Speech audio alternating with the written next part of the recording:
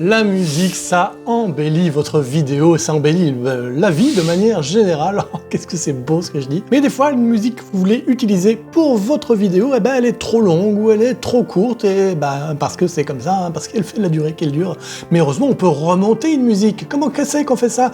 Eh ben, on le fait en regardant cette vidéo. Voilà, juste maintenant. Voilà. Bienvenue sur Joli Pixel, la chaîne de la post-production en général et de DaVinci Resolve en particulier.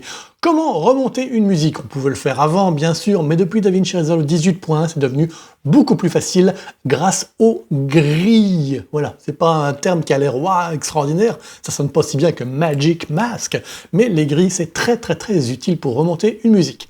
Alors ici, nous avons une musique. Écoutons cette musique.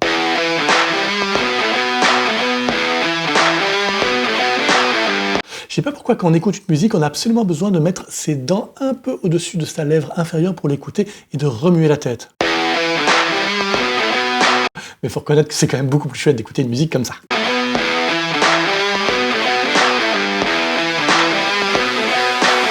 Bref, une musique rock mais qui dure un certain temps, plus longtemps que ce qu'on voudrait, on a donc besoin de la remonter. Pour cela, on a donc ici notre nouvelle petite icône, Grid. Alors, première chose, ici, on choisit de montrer les grilles. Vous voyez ici les petites grilles qui apparaissent. Voilà, on voit notre grille. Et autre chose à appuyer, assurez-vous que ici le Snap to Grid est sélectionné afin d'activer le magnétisme par rapport à la grille. Ensuite, on a deux modes. Soit le mode Time. Donc ici, vous choisissez tous les combien de temps vous voulez une petite ligne verticale, par exemple toutes les secondes ou toutes les frames. Ce mode-là, honnêtement, par timecode, je vois pas bien l'intérêt. Si vous voyez l'intérêt, n'hésitez pas à me mettre cet intérêt en commentaire, comme ça on apprendra des choses. Mais moi, ce qui m'intéresse beaucoup plus, c'est ici le mode tempo. Et dans ce mode tempo, on va pouvoir choisir de mettre nos lignes verticales calées sur le tempo. Donc à chaque fois qu'il y aura un beat, il y aura une ligne verticale, ce qui permettra grandement de simplifier le processus de montage. Mais pour cela, il faut évidemment connaître le tempo, donc ici le nombre de BPM. Par défaut, il met 90.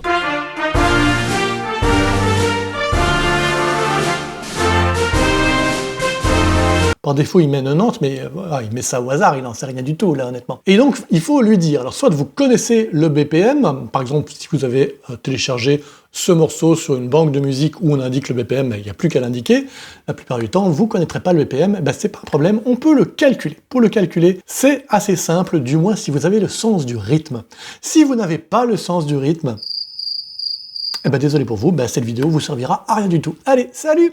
Pour les autres, ceux qui ont le sens du rythme, vous pouvez continuer à regarder cette vidéo. Ce qu'on va faire ici, c'est on va taper un point in et un point out. Ce point in, on le mettra sur le premier beat de la première boucle, et le point out, on le mettra sur le premier beat de la cinquième boucle. Donc en gros, on veut que tout ça représente 4 boucles de musique. Je vais reculer ici un peu ma tête de lecture.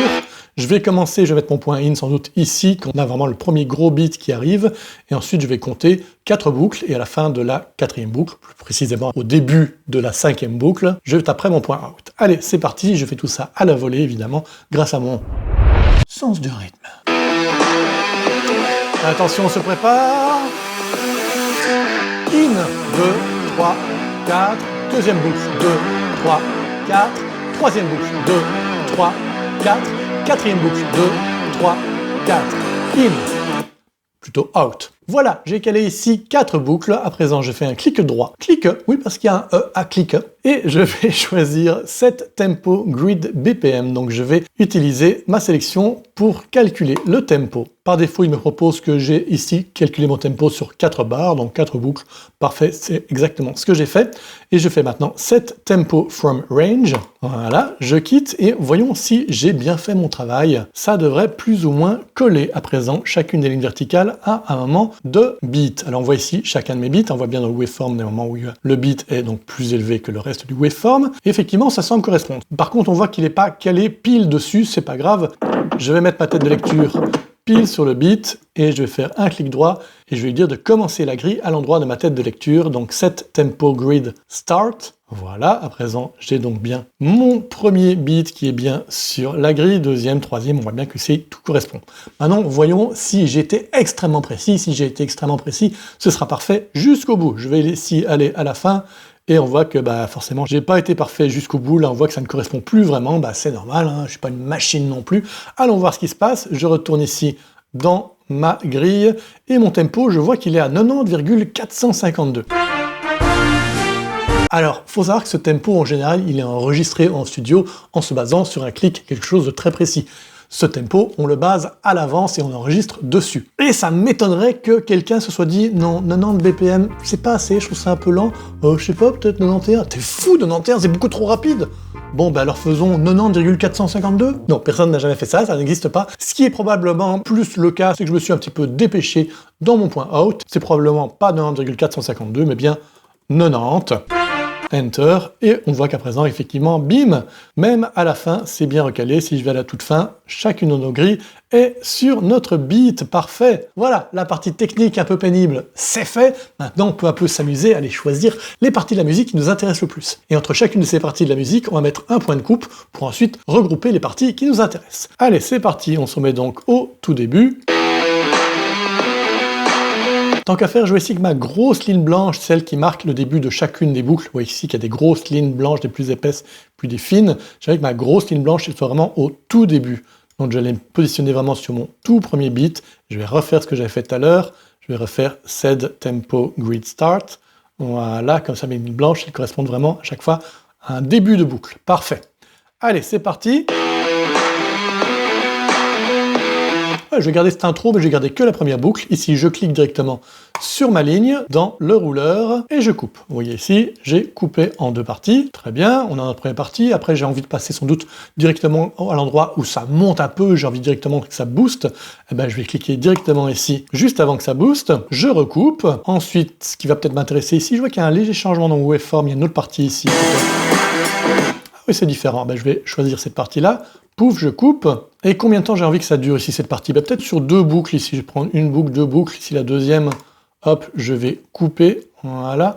Ensuite, je vais voir qu'il y a une partie ici un peu différente. Ici, on voit le waveform est un peu différent. Je vais aller écouter ce que c'est.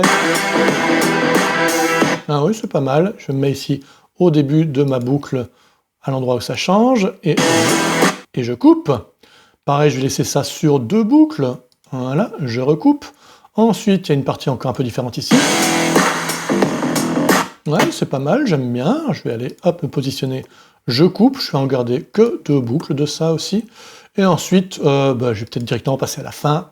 Au final, peut-être deux boucles avant la fin. Ici, une boucle, deux boucles. Je clique ici, je recoupe, parfait.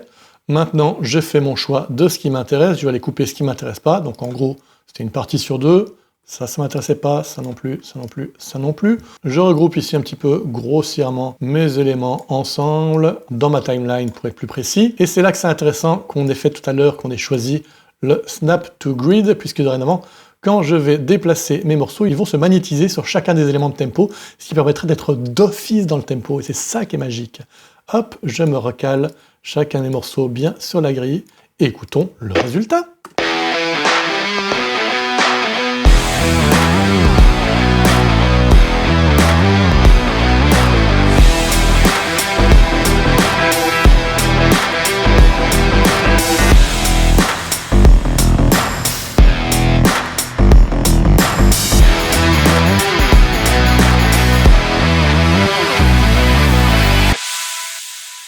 Ah, c'était bien ou c'était pas bien? Vous voyez à quel point c'est efficace, hein, on ne sent aucun des points de transition. Franchement, ce serait dans le mix original qu'on y croirait.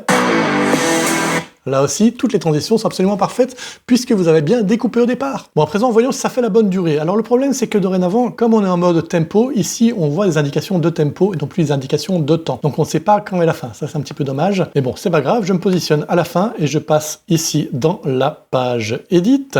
Et du coup, je peux voir ma durée. Je vois que ça dure 24 secondes. Là, à la fin, je suis à 24 secondes. Peut-être que mon clip dure 30 secondes, bah c'est pas grave, et si je vais faire encore un petit peu de montage, qu'est-ce que je vais pouvoir étendre? Peut-être cette partie-ci, là, juste avant le gros final. Donc, je vais reculer mon final.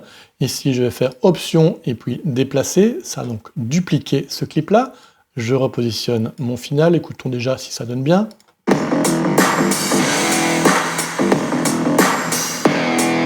Ouais, ça marche bien. Quelle durée ça fait maintenant si je me positionne à la fin?